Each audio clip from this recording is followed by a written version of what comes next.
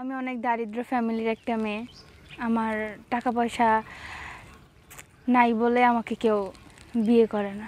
যদি কোনো সহৃদয়বান ব্যক্তি থাকেন যে বিয়ে করবেন আমাকে, আমার পিন কমেন্টে একটা নাম্বার আছে, আমার এই নাম্বারে যোগাযোগ করবেন। এই নাম্বারে ফোন দিলে পাওয়া যায়? হ্যাঁ। আচ্ছা, আপনার নাম ঠিকানা যদি একটু বলতেন। আমার নাম হচ্ছে হুমায়রা, আমার বাড়ি হচ্ছে আপনার নবীনগর। আচ্ছা, বাসায় কে কে আছে? বাসায় আব্বু, বড় ভাই, আমি আর হচ্ছে আম্মু। আচ্ছা, আপনার বাবা কি করে? আমার বাবা রিক্সা চালায়। বুঝেন, একটু জোরে কথা বলুন। রিক্সা চালায়। রিক্সা চালায়। পরিবারে কয় ভাই বোন আপনারা?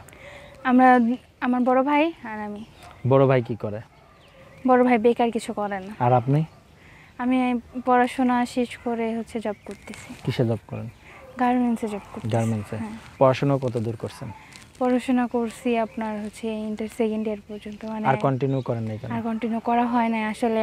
ফ্যামিলি, আমার বড় ভাই যেহেতু কাজ করে না, বাবা রিক্সা চালায়, আমি যতটা টাকা পাই মানে সংসার মাস শেষে টানাটানি লেগে যায়, পড়াশোনার খরচ আর কিভাবে চালাবো। আচ্ছা, যে কারণে আপনি হলো সংসারের হাল ধরছেন। হ্যাঁ, এই কারণে আমি হচ্ছে আচ্ছা। সংসারের হাল ধরছি। তো এখন হুমায়রা, বিষয়টা হলো কি যে আপনার যদি এমন কোনো মানুষ আপনার পাশে দাঁড়ায়, পড়াশোনা কন্টিনিউ করে, আপনার পড়াশোনা খরচপাতি সে বিয়ার করতে চায়, হ্যাঁ। আপনি কি রাজি আছেন? হ্যাঁ, তাকে আমি বিয়ে করে দেন, সে যদি আমার মানে সব কিছু চালাইতে চায়, মানে পড়াশোনা থেকে শুরু করে আমার ফ্যামিলিটাকে, এইরকম মানুষ যদি হয়, আমি অবশ্যই চাবো যে সে আমার পাশে থাকুক সারা জীবন। আচ্ছা, এখন বিয়ে করতে চাবে না, দেখা যাচ্ছে আপনার ভালো একটা ফ্রেন্ড হিসাবে বা থাকে না একটা শুভাকাঙ্ক্ষী, হ্যাঁ। সেই শুভাকাঙ্ক্ষী হিসেবে যদি আপনার পাশে থাকতে চাই, হ্যাঁ, তাও থাকতে পারে। মাঝে মধ্যে সে আসলো, তার সাথে দেখা করলেন, সে যদি কোথাও নিয়ে যায়, তার সাথে ঘুরতে গেলেন, এভাবে টাইম পাস হ্যাঁ, করেন। সে যদি তো আমার জন্য এত কিছু করতেছে, আমারও তো উচিত একটা মানুষ হিসেবে তার জন্য কিছু করা। আচ্ছা, তো এখন আপনার সাথে যোগাযোগ করবে কিভাবে? আমি নাম্বার দিয়ে যাব। আপনার এই নাম্বারে ফোন দিলে হ্যাঁ, আমার আপনাকে এই পাওয়া নাম্বারে যাবে? ফোন দিলে যেন আমার সাথে যোগাযোগ করতে পারে।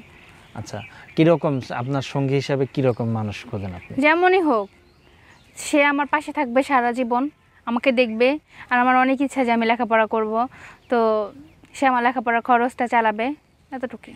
আর কিছু আর চাওয়ার নাই কিচ্ছু তার চাওয়ার কাছে? নাই আমার তার কাছে। এখন সে যদি আপনারা বিয়ে করে নিয়ে চলে যায় তার কাছে, তাহলে তো আলহামদুলিল্লাহ। তাহলে আপনার ফ্যামিলি দেখবে কে? ফ্যামিলি দেখবে হচ্ছে সে আমাকে তো বিয়ে করে সব কিছু জানে না শুনে তো সে আমাকে বিয়ে করতেছে, তো সে আমার ফ্যামিলি দেখবে না?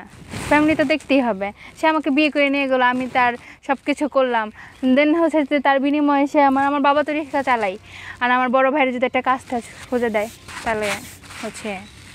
আচ্ছা, তো এখন আপনার সাথে যদি ইয়ে করে, হ্যাঁ, মানে আপনার পাশে দাঁড়ায় দেশি বা প্রবাসী কোনো একটা ছেলে, হ্যাঁ। আপনি কাকে বেছে নেবেন?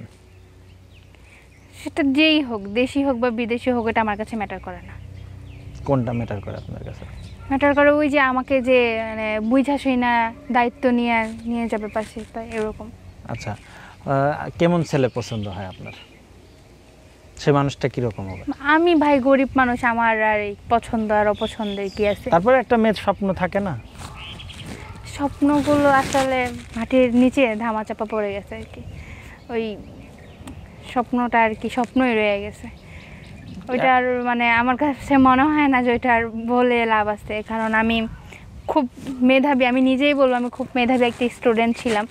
আমার ক্লাসে স্যার ম্যাডাম থেকে ব্রিথিং থেকে শুরু করে আমাকে মানে সবাই প্রচুর পরিমাণে আদর করতো, অনেক হেল্পও করছে তারা আমাকে পড়াশোনার দিক দিয়ে।